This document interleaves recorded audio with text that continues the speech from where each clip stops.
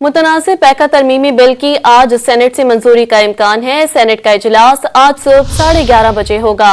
इजलास का एजेंडा जारी कर दिया गया है, जिसमें पैका तरमीमी बिल 2025 की मंजूरी शामिल है।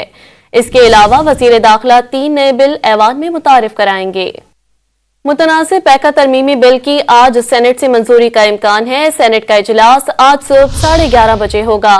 इजलास का एजेंडा जारी कर दिया गया है, जिसमें पैका तरमीमी बिल 2025 की मंजूरी शामिल है। इसके अलावा वजीर दाखिला 3 नए बिल ऐवान में मुतारिफ कराएंगे। मुतनासिब पैका तरमीमी बिल की आज सेनेट से मंजूरी का इम्कान है। सेनेट का इजलास आज सुबह 11:30 बजे होगा।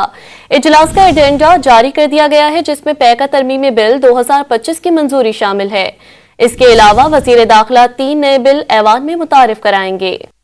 मुतनासिब पैका तरमीमी बिल की आज सेनेट से मंजूरी का इम्कान है। सेनेट का इजलास आज सुबह 11:30 बजे होगा।